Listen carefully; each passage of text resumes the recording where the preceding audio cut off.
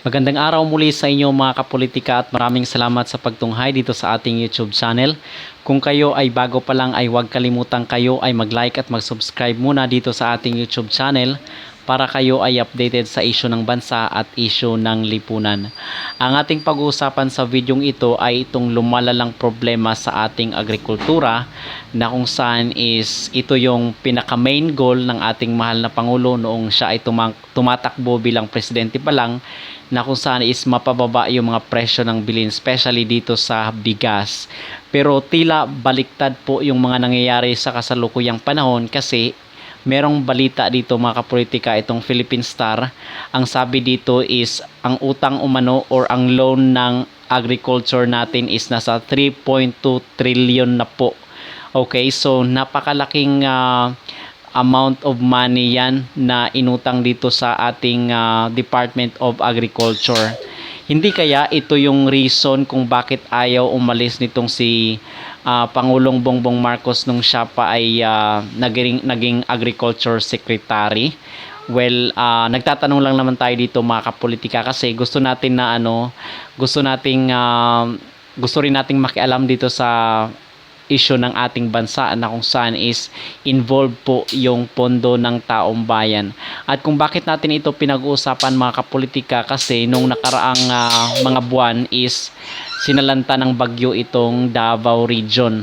At maraming ang mga doon, mga farmers or yung mga magsasaka na kung saan is umaasa at naghahantay sila ng tulong mula sa ating gobyerno na kung saan is mabigyan sila ng ayuda dahil doon sa na damage or na nasirang mga pananim doon sa kanilang mga sa kanilang mga bukid. Pero hanggang ngayon po is wala pa pong natatanggap na mga ayuda yung ating mga farmers. And heto, meron na namang inutang yung ating gobyerno na napakalaking halaga po. Okay?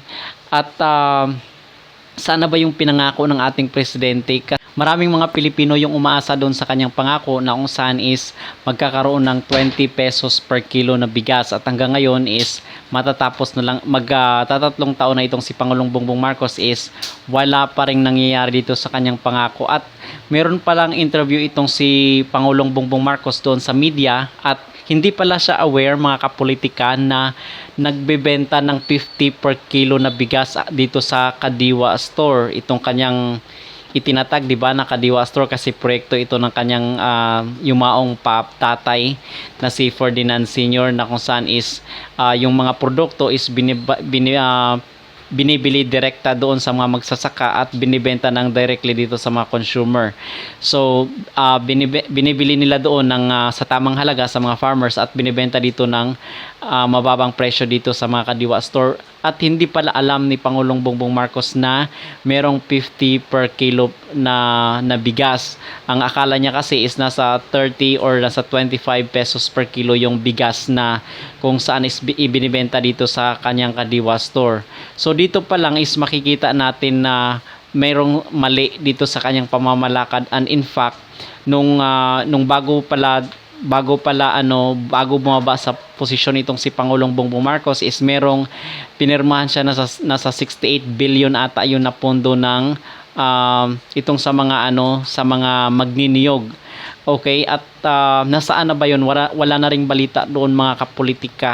Okay, sa sobrang dami ng problema ng ating bansa parang hindi maramdaman ng mga tao yung yung tulong at ayuda. Buti pa nung time ni former President Rodrigo Roa Duterte, even though malaki yung utang, nararamdaman ng mamamayang Pilipino yung mga ayuda at tulong ng ating gobyerno nung panahon ni former President Rodrigo Roa Duterte. At marami nga ang nagtatanong mga kapolitika, saan na ba yung 68 billion na Coco Levy Fund na pinirmahan ni former President Rodrigo Roa Duterte nung siya ay bumaba na sa posisyon sa ating gobyerno. Na gusto ko lang itanong yun at pag-usapan dito mga kapolitika kasi after nung time or term ni former President Rodrigo Roa Duterte is inappoint mismo ni Pangulong Bongbong Marcos yung mga yung kanyang sarili bilang Department of Agriculture. At maalala nyo dati na kung saan is nagkaroon ng krisis sa asukal at krisis sa bigas at nagmahal din yung presyo ng sibuyas, di ba? At naging talamak yung smuggling. Okay, but officially after nun, after ilang months is nagbitiw na rin sa pwesto itong si Pangulong Bongbong Marcos. So ang tanong ng nakararami dito mga kapolitika is nasaan na yung pondo ng Coco Levy Fund na nagkakahalaga ng 68 billion? Okay, na ano na ba yun? Nabigay na ba yun sa mga magsasaka? Parang wala na kasing balita doon sa doon sa mga magniniyog na umaasa ng tulong dito sa ating gobyerno kasi nga 'di ba yung ating bansa is number 1 siya or nasa top 5 ata na exporter ng mga niyog.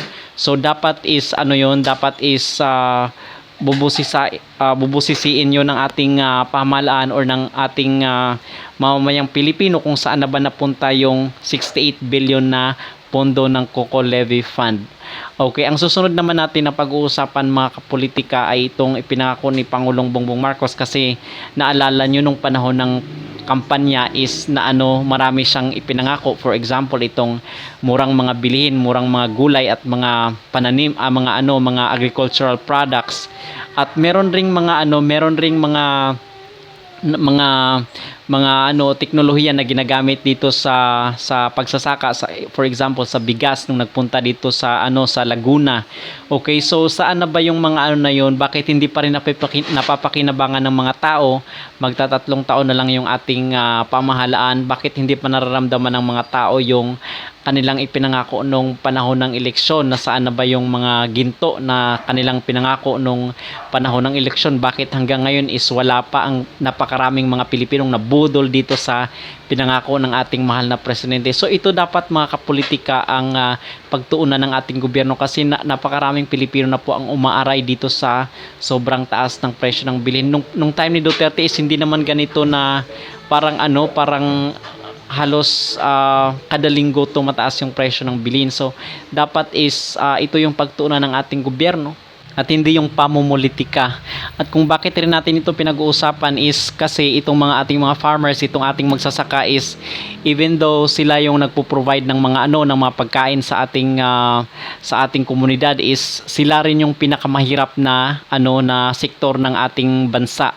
Okay, even though sila yung nagpo-provide ng ating pagkain is sila pa rin yung pinakamahirap na sektor at may pinakamahirap na trabaho ayon doon sa survey. So kawawa naman at laging na left behind itong ating mga farmers.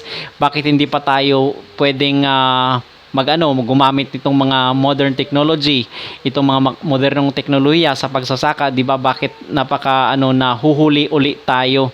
Napakalaki na pondo yung inuutang ng ating gobyerno dito sa mga bangko, sa mga private banks.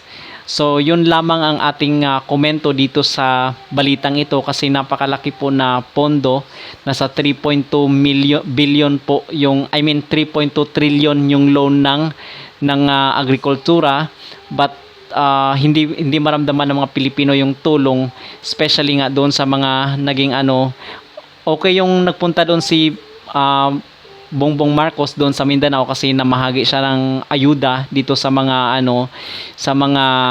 naging naapektuhan ng El Nino, pero hindi pa rin sapat kasi some parts lang ata yun ng Mindanao ang kanyang pinuntahan at hindi naman